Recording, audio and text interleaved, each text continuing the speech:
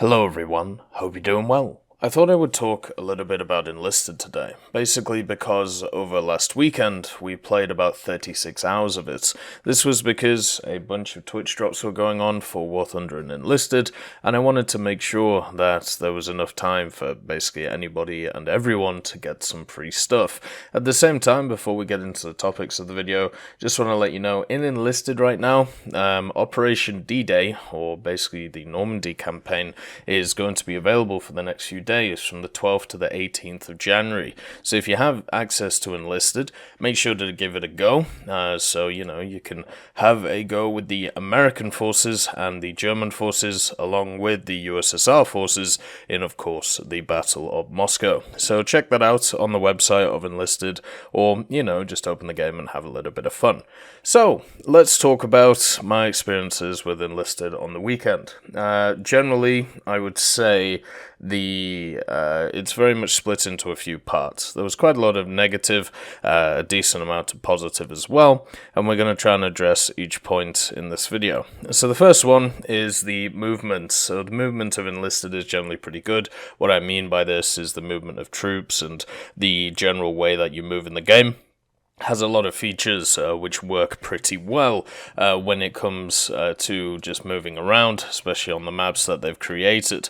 And the only issues you really have with the general movement as you're moving around the place is when you're trying to climb something, sometimes the system would just kind of bug out and it will put you back to the start point where you started climbing something, or, jerking around, kind of bobbing you up and down, which is a bit of an issue. And the other one is ladders. Ladders are very hit and miss when it comes to the game. Sometimes you can easily just get up the ladder, no issue, and the other times everything just falls apart.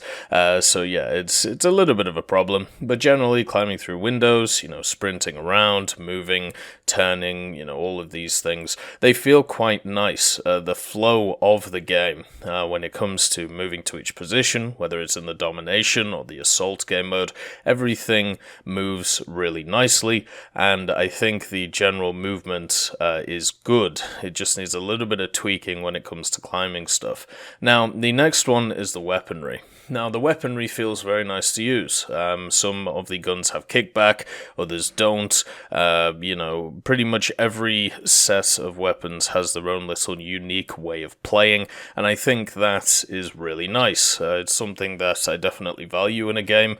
You have a bunch of variety of different weapons to use. Now, obviously there are meta weapons, but because of how these squads work in Enlisted, you will always have a place for even the inferior weapons, because you'll be able to pick off AI and also, do other things such as weapons for different occasions, such as use a flamethrower to torch a trench, or a rifle grenade to be able to annihilate an area in an open field, or a sniper if you are at a point where there is a long way for the enemy, then an SMG for close quarters, a bolt action for mid-ranges. There's always something, at least each weapon is useful for, even if some are worse than others, e.g. the bolt actions are generally worse than the SMGs or the assault rifles, which is a little bit of a problem in the game, but we'll get in that, in a little bit. The main thing is the weapons feel nice. They feel like there is a use for pretty much all of them, and the only major critique when it comes to these weapons is the way that their upgrades work. So basically every weapon you can get at least 2 stars on it, so 2 upgrades. The first upgrade massively increases the accuracy of the gun, especially on the move. So this means when you have a stock weapon, firing at range, you have a large cone where the shot can go, and it can mean that bolt actions really struggle against SMGs. And this just generally means that certain sides of the faction, if they have, more assault troops which use SMGs compared to, riflers which use mainly rifles, it's a torrid time for the bolt actions, because you can be aiming squarely on a person, and guess what? It can miss. And that is never a good feeling in any game when whatever happens. Whether it is a desync issue, whether it is a ping issue, or in this case, whether it is an accuracy issue, you feel like you've been cheated with the game and how the mechanics work. And because of the fact that when it comes to the upgrades of the gun, they increase damage, increase accuracy, and then also you have perks which also increase accuracy of your guns. It means that you have this horrible scenario where unless you have upgraded characters, you will just miss stuff which you just should never miss. In my opinion, I really don't like accuracy being tied to any upgrades when it comes to weaponry. I think that's generally a bad idea because, as I said, it just makes you feel cheated whenever you fire the gun and it just misses, even though it's none of your fault. There's also an issue with another perk. There is a 5-star perk, and remember, if you buy into the CBT right now, you get 2 Founders Pack. Well, you can buy 1 Founders Pack or both the Founders Packs. The Founders Packs are pay to win. I think it's pretty much as simple as that. They get access to weaponry that no other squad gets access to. The USSR one gets the PPK.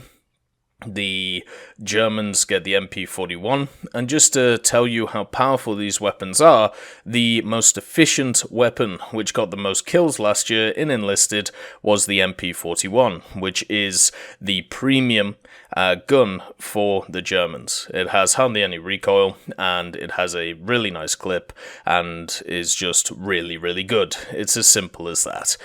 So, straight up, the Founders Pack are pay to win because of those straight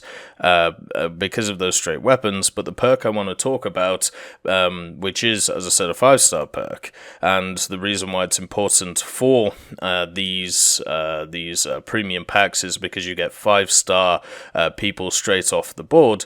There is a 5-star perk, which is of course plus 35% vitality.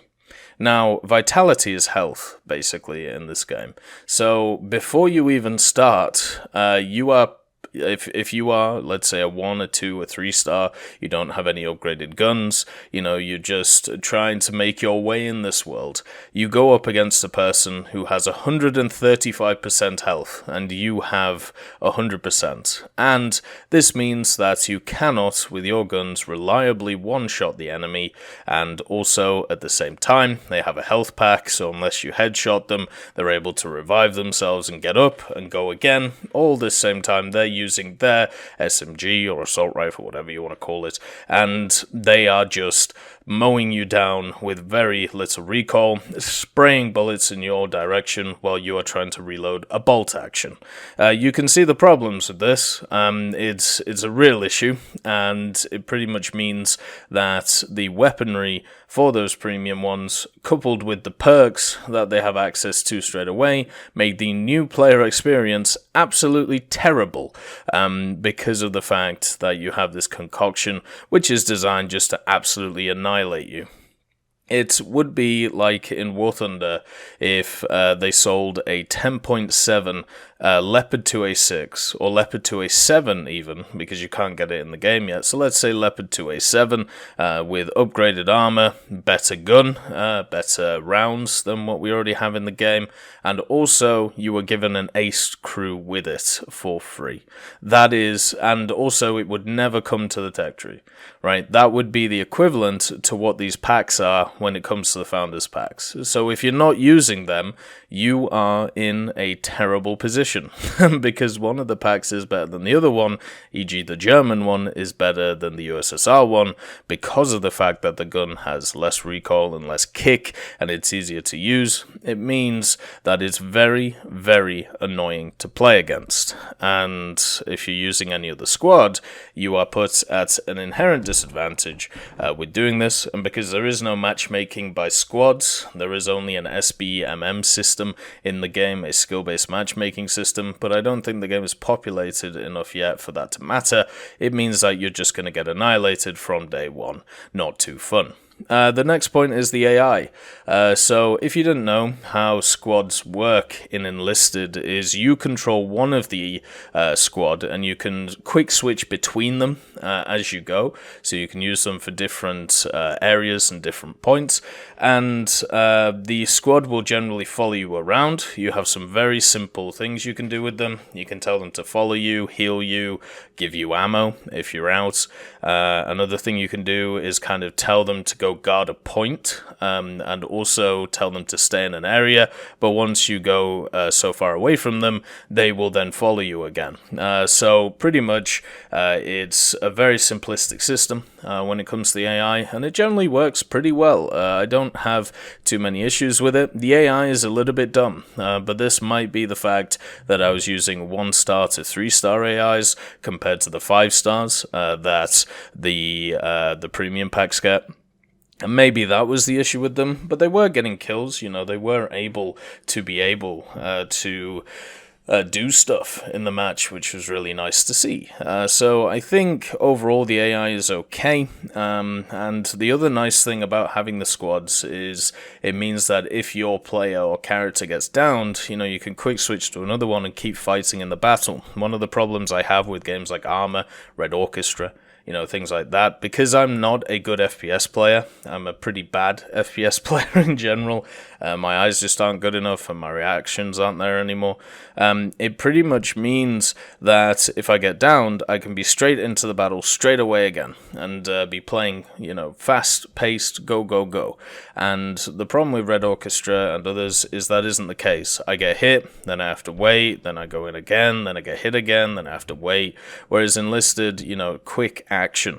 At the same time, it makes you feel like a god when you are wandering around the place and you see a squad of enemies and you mow them down because they're all technically AIs, so it's very easy to deal with them, at least in the majority of the cases. And this just means that everybody has positive KDs, or at least it looks like positive KDs, because it records your kills, and then it also records your squad deaths. So technically, every time, you die, you have the 7 people die instead of just 1. And this means that you'll end up getting scores like 30-5 or 40-6, and it makes you feel like, oh, I'm doing really well here. It's like that one positive thing in your head which goes, oh, this number's way bigger than this one, this is awesome.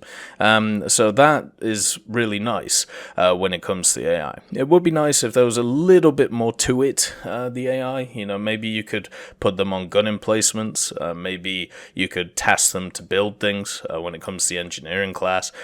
Maybe they could, defend a specific point. Just a little bit. One thing I would like as well is a formation button. So a lot of the times they will just funnel out in a line, and then they'll get to a spot. They will spread out in that spot, and then they will move around that spot when targets come around. What would be nice is, since artillery exists in the game, mortar exists in the game, and also, people with very, very powerful stuff like the PPD with the drum mag, or the MP41, or the PPK. What would be nice is if you could tell your guys to basically fan out, spread out a little bit, so they're not just in a line and easy to gun down. Pretty much as simple as that. But I think, at least right now, the AI is in a good place. The classes. So you have many different classes in the game.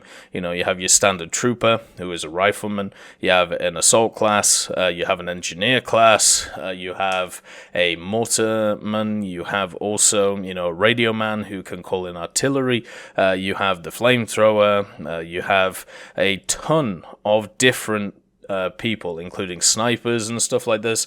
And I think generally, when it comes to the classes, they all offer something unique, they all offer something interesting, and they're all tied to the weaponry that they use, and also, they're tied to the general playstyle. So no matter what happens, you will be able to find something there which will be useful for you. I think the engineer class, if used correctly, is or will be incredibly overpowered when people start figuring out maps and what to defend and how to play them, because the engineering class can get access to, I believe, up to 5 engineers, so you can set up so much defenses, whether it's tank traps, whether it's sandbags, whether it's barbed wire, and one of the things that the engineer does is it can create a forward respawn point. So instead of having to spawn at the back, you can put a forward respawn point near the objective and then funnel engineers into it or funnel everyone into it hardcore, and that just means that it's just easier for your squad to get to the objective and to either win or lose. This is an incredibly good mechanic if used correctly, and also, you know, they can build AT guns, they can build machine gun nests, they can build barbed wire, anti-tank traps. They can build a ton of different things which are really, really useful. Ammunition boxes as well. And if you have 5 of them in a squad, and let's say you're on a defensive side of a mission, you can create a ridiculous amount of defenses for any positions to try and stop anybody coming in. There was a map, it's an assault map, and one of the points is the offensive enemy needs to run up a hill, through a river, and capture a castle wall.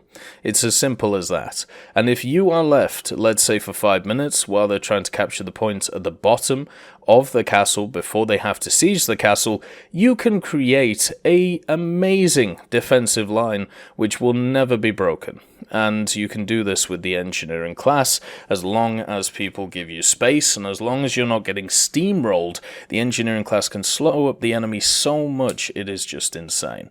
The sniper class, I think, is the most useless. It's still fun to use, though, with, you know, the sniper rifles. They're basically just general bolt actions which have access to a scope, at least at the lower levels. The main problem with them is, though, is the majority of the time it's much better to just use an SMG or use, you know, something which is a little bit higher fire rate because of the distances that you're fighting over.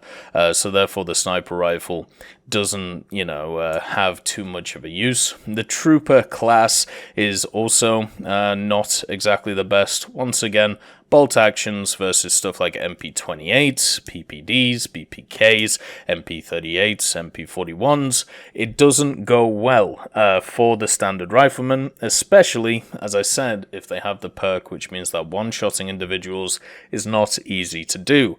At the same time, they're also going to be adding in armor to the game at some point, so they'll be even harder to kill. Isn't that wonderful with bolt actions? So the trooper class is a bit rough. The machine gun class is generally quite useful. Guess what? You get a machine gun, you're able to, you know, either shoot it with really high recoil or go prone and have a lot less recoil, so you can lock down areas very easily with it. And the other class, though, which is the dominant class when it comes to Enlisted, at least in my opinion, is the assault class. The assault class is the one that gets access to stuff like the MP38, the MP41, and then also the PPD on the USSR side.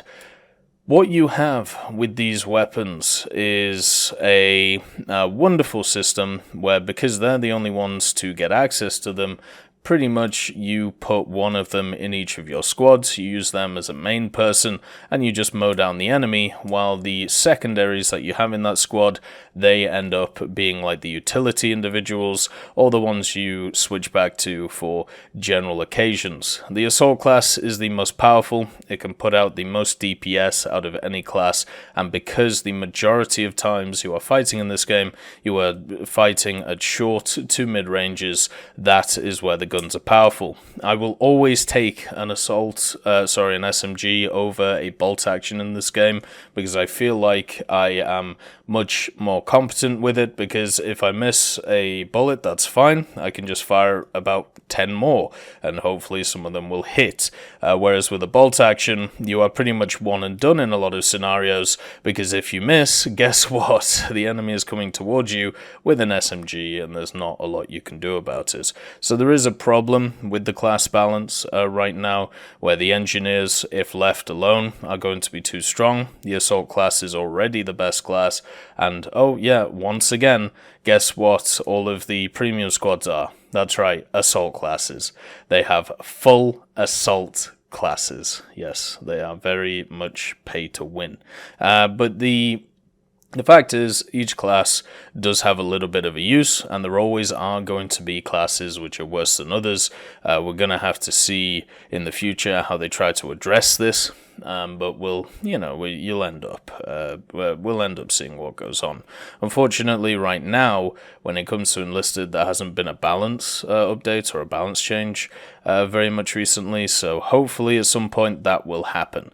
The next one is the vehicles. Now, the way that the vehicles work is they also act as classes, and generally you have 4 classes that you can bring into a match, and you have to bring at least one, you can bring 1 vehicle class and then 3 infantry classes. That pretty much is how it works. So you have to either choose between bringing a tank or bringing a plane.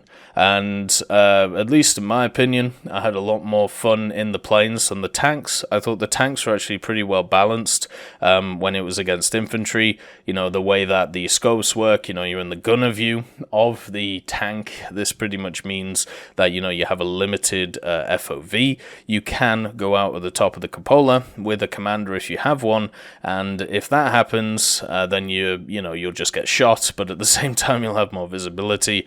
But the general thing is, I think infantry versus tanks, if you realize the tank is there and it's not in a crossfire position, you will generally be fine against it. Like there is a lot of counterplay, which is really nice, especially with squads such as the anti-tank squad with the anti-tank rifle. The problem comes in the balance between the tanks themselves. The German tanks, or a German tank, is far superior to a USSR one. And it is because of one simple reason. Fast-firing gun, no armor. So you have the Panzer IIc or the Panzer II on the German side. This can face the T60. It can also face the BT7, which was the Tridge drop, and the T26. All 3 of these vehicles are easily penned by the Panzer II. The T60 has the easiest or the hardest time being killed by a Panzer II, but you can still pen straight through its turret. The BT can be penned frontally by the Panzer II, it goes up in flames, it gets ammo racked. Same with the T26. So the German tanks, at least from the point of view of the Panzer II, is a far superior tank to all of the USSR vehicles, meaning that they get a very strong tank straight away, which completely screws with the balance of how these lineups work. So it's just not a good time to be in a USSR tank. But then if you have a look at the planes, you have an interesting scenario. So there are fighters in the game. You have some fighters that you can bring. The Bf-109F1 is an example, the Yak-1 as well. You also have some lower tier ones like the I-153 and the HS-123, I believe it is. And these are actually really fun to fly. The way I would describe it is it feels like a heavy arcade control from War Thunder, but you're stuck in the cockpit. So pretty much a mix. It's like arcade sim is the way to put it. And the planes themselves, they all do feel different. They haven't just copied the flight models across.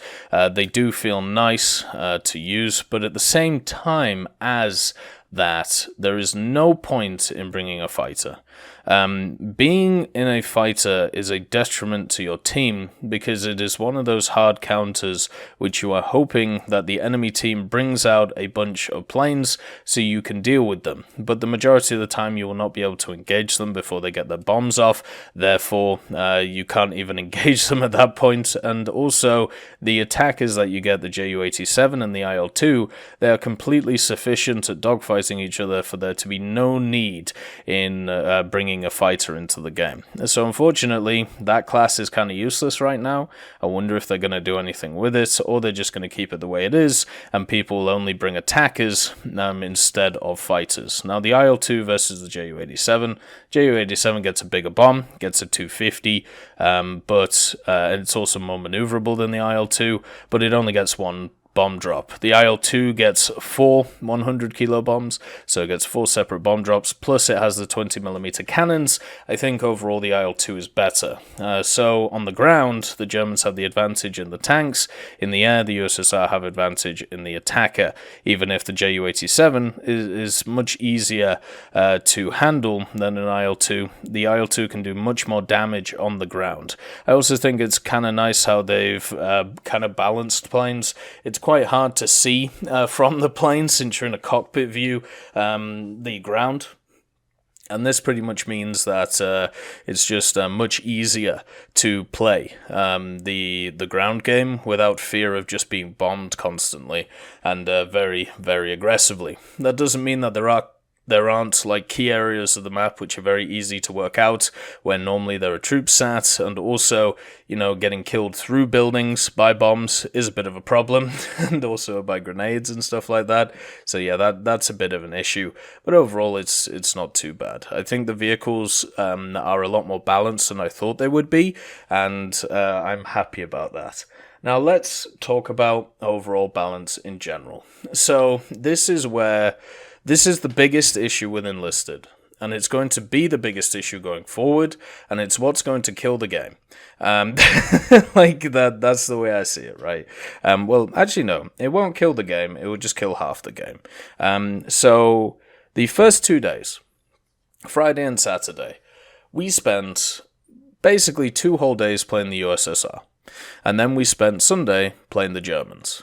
Now, the reason why we played both sides like that is because I wanted to get a feel of both sides of the equation, see how it felt to grind the first early levels of each of them, and understand I have played Enlisted before. I already had some levels into it, you know, I already had some decent squads, so I wasn't coming in as like a newbie. I played the Alpha, I played some of the earlier CBT, but basically I just wanted to come in and see what was happening when it came to the meta, when it came to what was going on. The first 2 days were hell playing as the USSR. You always felt like you were up against a wall. You always felt like you were under pressure constantly by the enemy team. They were just coming at you from every angle. They were coming at you with weapons which could rapid fire a ton of bullets in your direction. And then if you're not dealing with them, you're dealing with the tanks that we talked about, because your friendly tanks couldn't deal with them.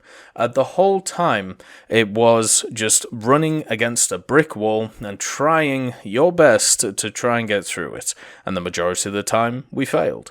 This meant that the majority of our games in the first 2 days were losses, so therefore we didn't progress that much when it came to the levels, the experience, so we couldn't get to the squads which were able to actually deal with the German squads. Well, either I suppose they could deal with them, but probably not. But the main idea was to do something like that. And this gave a very negative look at the game. And what we did on Sunday was, you know what, we'll just play the German side, see what goes on. What a different experience. The German side is so easy to play. It is so easy to play because, as I said, you have the MP28, the MP38, the MP41, while the Soviets only get bolt actions plus a PPD, which is worse than all 3 of those guns I just talked about, apart from maybe the MP28, but I would say they're equal at best. I still think all the German weaponry is better, and then, you know, the bolt actions which are around, and also, you know, the tanks are a lot easier to play for the Germans. The Ju-87 was pretty fun, and it just felt so much easier to play. And I figured out why. And I figured this out on the second day when we were playing USSR. So the enlisted team decided at some point to put forward the 2020 results.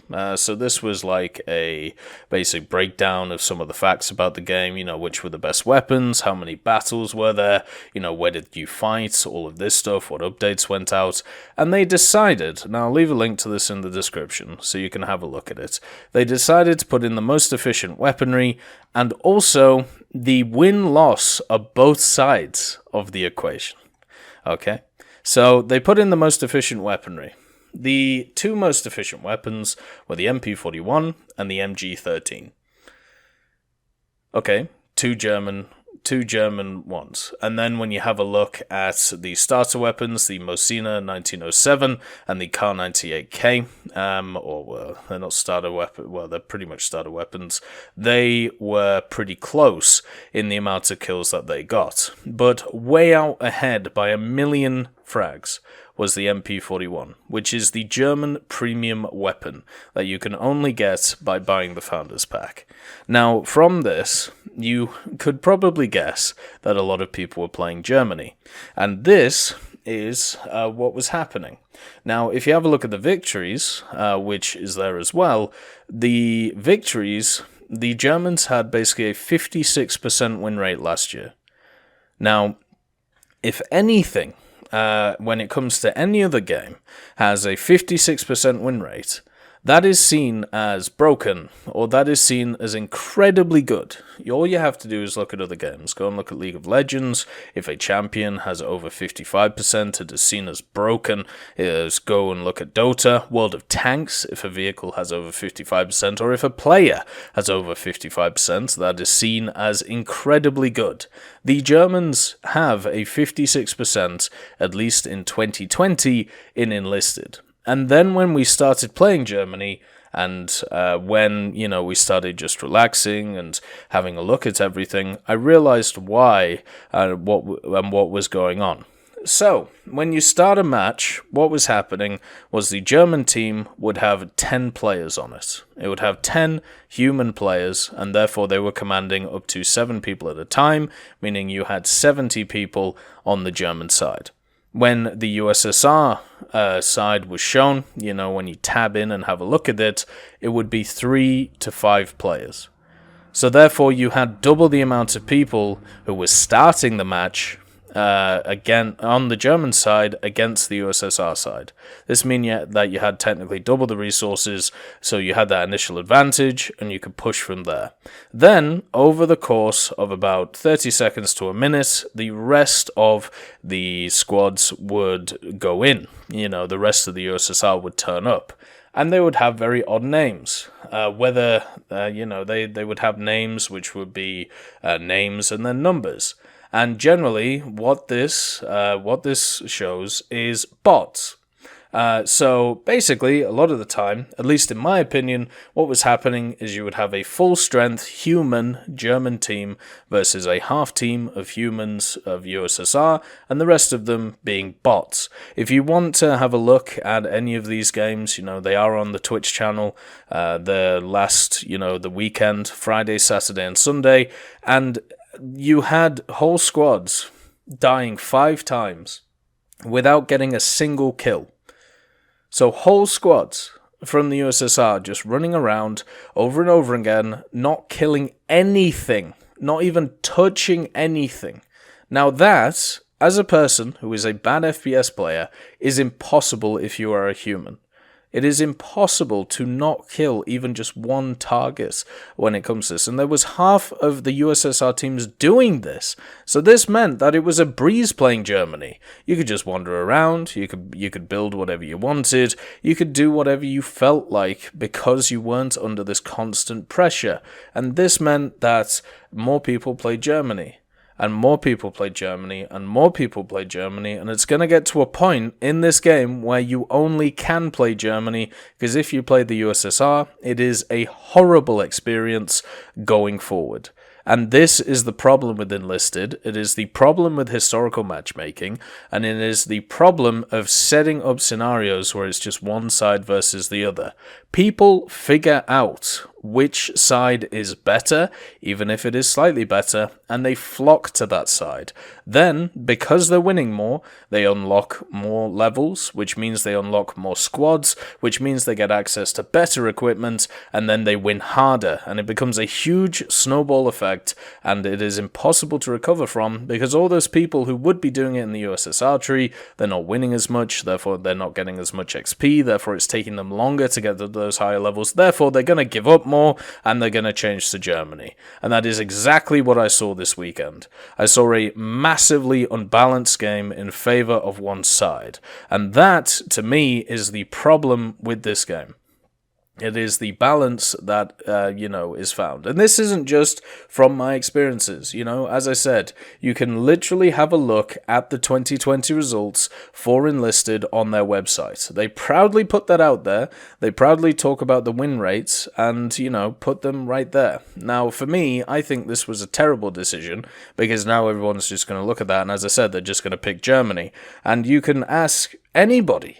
When it came to the people I played with, you could talk to Freeman, who's been playing Enlisted a lot, and he will say exactly the same thing. Germany is a ridiculously good nation right now, and it's just so much easier to play because of the fact that you have the SMGs, because of the fact that you're not stuck with mainly bolt-action rifles or guns which just have ridiculous recoil, and tanks which are useless against the enemy. And this, hopefully, will be addressed at some point.